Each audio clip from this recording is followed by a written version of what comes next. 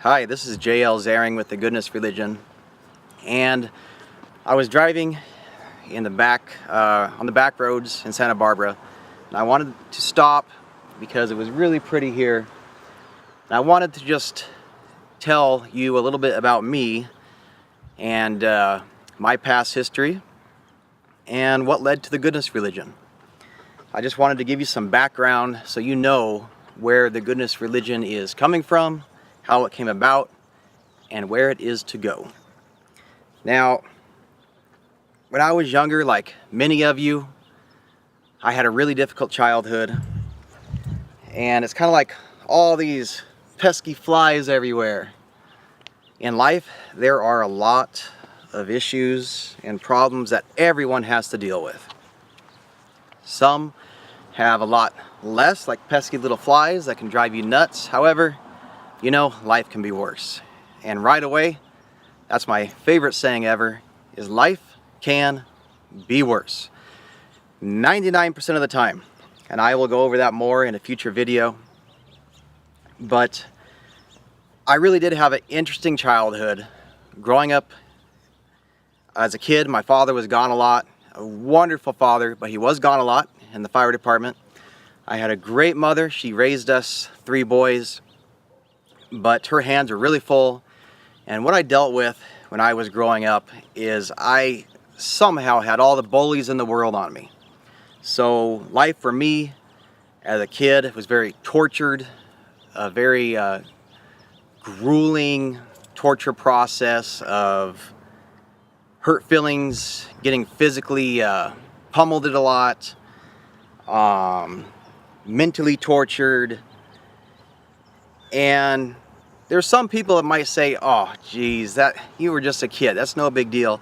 Then there's other people that have been through the same thing as myself, and they know how big of a deal it could be. It actually can shape your whole life, where your life can either grow stronger or you can get weaker.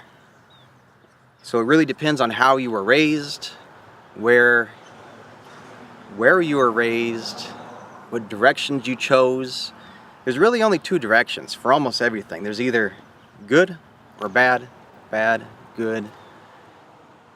And sure, there's a lot of gray areas in between, but there's really only those 2.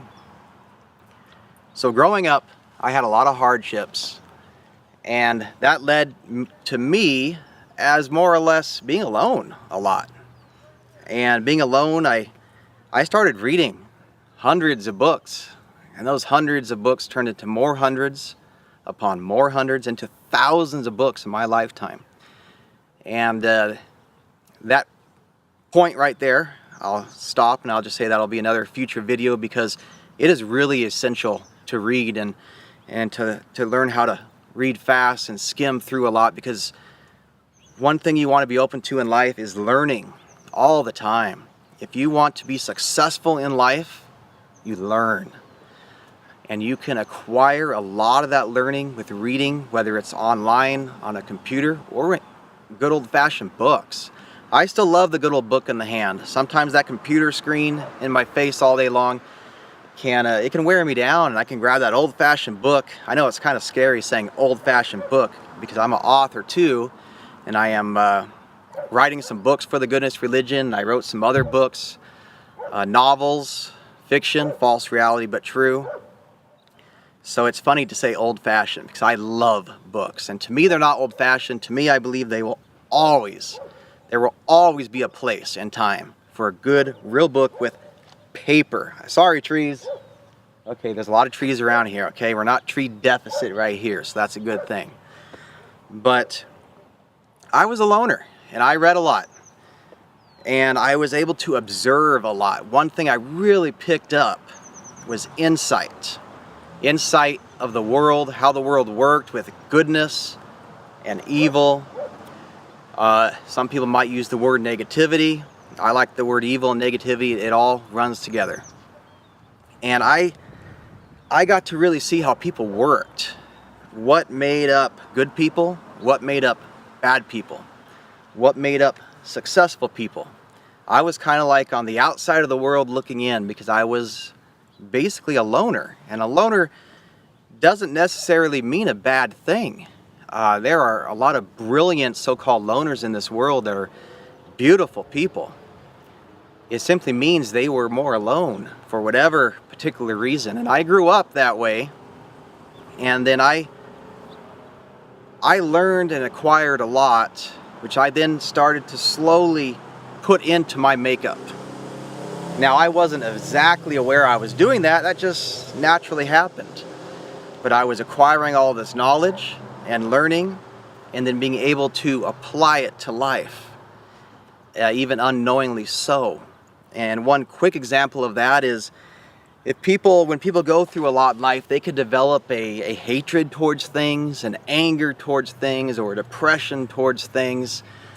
Basically a lot of stored energy in a certain way where they might not even know how to utilize it. In fact, it could even turn against them if they don't know how to utilize it. But if you're able to learn how to master your emotions, how to master yourself, understand your own being and about goodness and evil, you could take a lot of that stored energy, however it's stored, and turn it into a positivity in your life. And you could turn that into accomplishments in your life. That is one thing with the goodness religion. It is all about accomplishments, successful accomplishments, in your life, dealing with life as a whole. So that's relationships and love, success with money, careers, jobs, hobbies, passions, your pets, your animals, your health. You know, stop and think about it. This body of mine, it's taking me wherever I want to go. So health is a huge thing that I will also teach in the goodness religion with the mind and the physical health, the body. So I can actually swat these flies away. Now, back to my story of growing up. It then led me into martial arts, nutrition, and working out. A lot of those were solitary type sports, and I got a lot of satisfaction out of them. And then the very first thing it did is I became a personal trainer and nutritionist for a lot of people and helped a lot of people in this world, hundreds actually. That was my first, let's say, big job. My first small job, I actually trained Arabian horses. So I took all these Arabian horses that were just in the pasture, and I made them people friendly and happy. And I was really young then. But my first big job was being a personal trainer and nutritionist. And I found awesome satisfaction with helping people. And I would go around this big gym and I would think, you know, who needs the most help here? And what I found, it was a lot of the overweight, a lot of the elderly.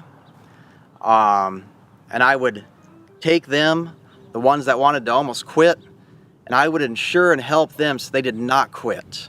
I would teach them all the ins and outs about health and nutrition, but also the mind and the body and balancing life. So they were able to make health and nutrition a lifestyle rather than just a simple fad that disappears in a few days. And it actually disappeared in a few days for some, and I would call them on the phone and talk to them and bring them back in and help them out. And then that kind of led into a passion with acting, and I tried acting for a little bit.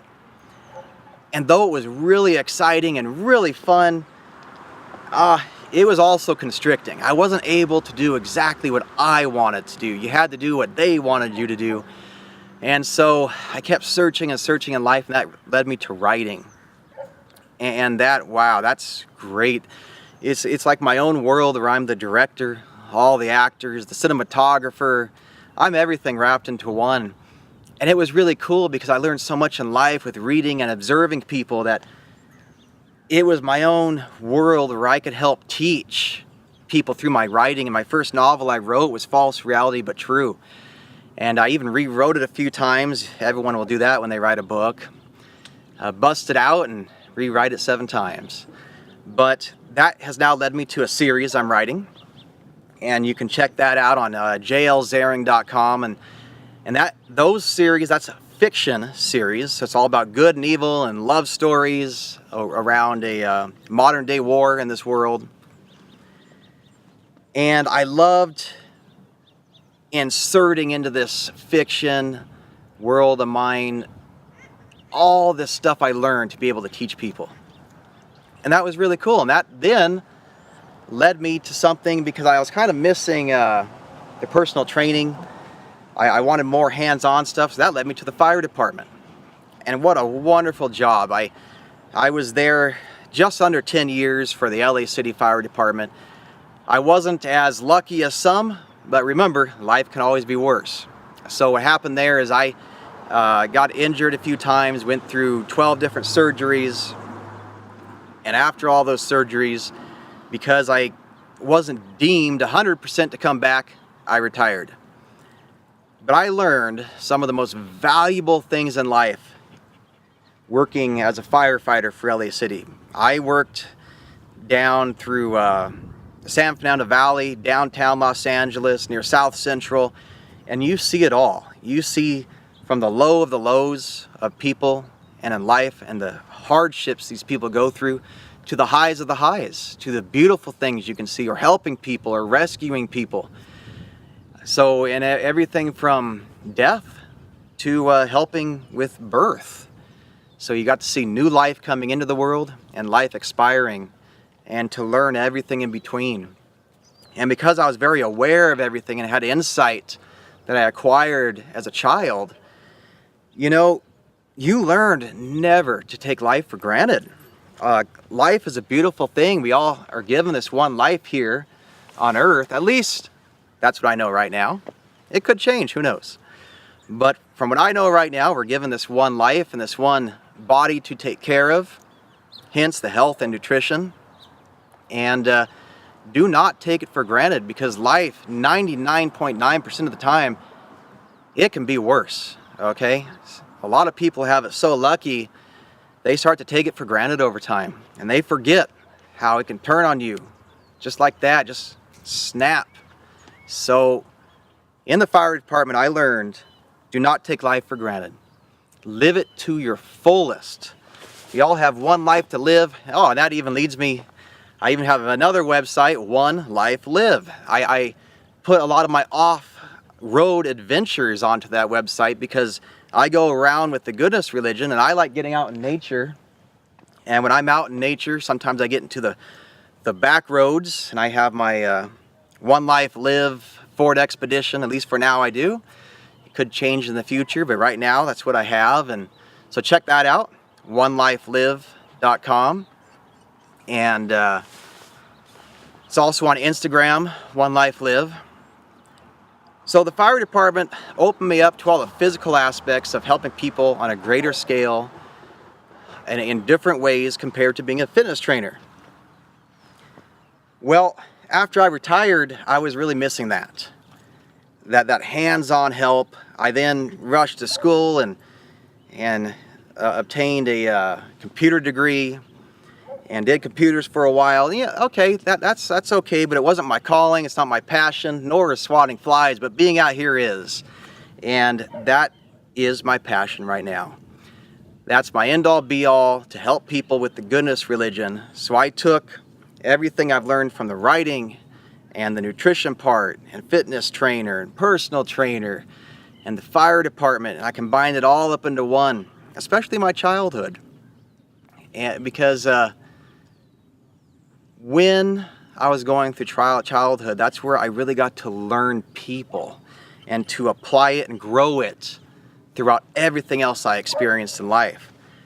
So then, throughout the years, sometimes people would ask me, hey, what religion are you? And I'd shoot back, oh, I'm goodness religion. I was only kidding at the time. Oh, that's my doggie you might hear. Come here, Em. Her name is Emma. She is my trail dog. I take her, come here. Oh, how's it going, baby? Huh? She's beautiful. She's a rescue. Go back over here. You sit down. And she's a wonderful, huge part of my life. I take her with me with the goodness religion and One Life Live. And the reason is because it opens you up when you have animals near you that you're helping, and also people that you can help. It always helps recalibrate you. Along with that saying, as I already mentioned a few times, life can always be worse. Say that if you're having a bad day, and 99.9% of the time it can recalibrate you just like that. So I told these people, hey, my religion is the goodness religion, and it wasn't even here yet. And they would say, what the heck are you talking about? And I'd say, hey, I believe in goodness. I live my life religiously with goodness. That's what I do. In fact, I'll even teach you in the future on another video. I have a goodness calculation to help figure out your actions and reactions through life. You apply the goodness calculation, and that could instantly give you the answers you're looking for on how to proceed, whether you're going for goals or relationships or your passions or dreams. You can apply that to everything. And basically, real quick, the goodness calculation is how much goodness are you doing at the moment, or whatever choice you have to do. Your second question is how much time is it going to take? Can you afford it right there? Meaning you will have a lot of priorities in life, so you simply judge it. Is that good, bad? Is that good, wrong? That'll quickly tell you yes or no, either to proceed or not. And then do you have the time to do it right then? With that quick calculation that I'll teach more in depth in the future, it'll really help you. So I kept telling people that over and over, hey, my religion is the goodness religion. And then I was helping people off and on with relationships and going back to fitness and back to nutrition, or showing them about adopting animals, rescuing pets, rescuing animals, or helping them through life with their careers or passions because they're not feeling like they have any worth. And you know what? Then it just dawned on me, you know what? I'm just going to make this simple. This is going to be my way to help people in my life. That is through the goodness religion. It's going to keep growing larger and larger. More and more people are going to keep coming in. And once they're able to understand all the concepts, they also will be able to help teach people in the goodness religion. So that is a little bit about me, so you understand where I came from, why, and how the goodness religion came about. And now it's your turn. So now it's your turn. You know a little bit about me, all the pains I went through, and realistically, this video is only so long right now that I only told you a little bit of the pains, and there's a lot more, but the bottom line is I choose not to focus on the pains. I took all that pain, hatred, or energy, and I changed it out into movement, positive movement. And that'll help you obtain where you want to go and what you want to do.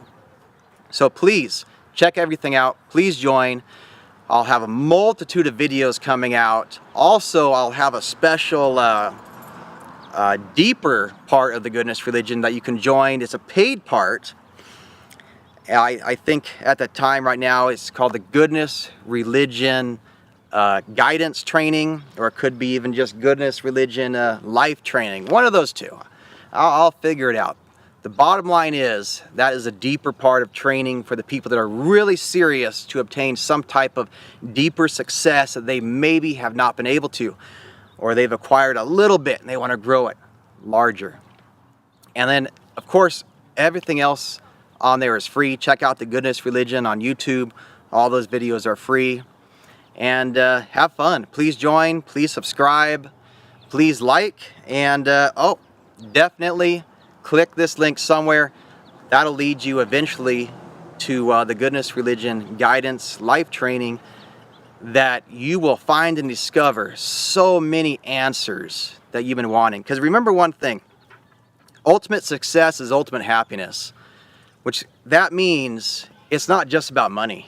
It's about everything in your life. It's about from your feet to your head. So all the health and fitness, relationships, love, where you live, all of that along with making money, that will give you all of the ultimate success and ultimate happiness in your life. So please remember that when you think of success, think of ultimate happiness. Kind of like right now, I am ultimately thirsty. and my throat is ultimately dry. So, you know, life could be worse. I could be in the middle of a desert right now with no water anywhere. So thank goodness, water's about a mile that way, and I'll be heading that way. And I'm sure my trail dog Emma wants some water. Come here, girl. You want some water? You want a kiss? Thank you, thank you. Thank you very much for watching. We are walking out of here, dancing out of here. Are we dancing out of here? Huh? Come here. Huh? Dancing out of here? Okay, we're out of here. Have a great day. Thank you much. Take care and enjoy.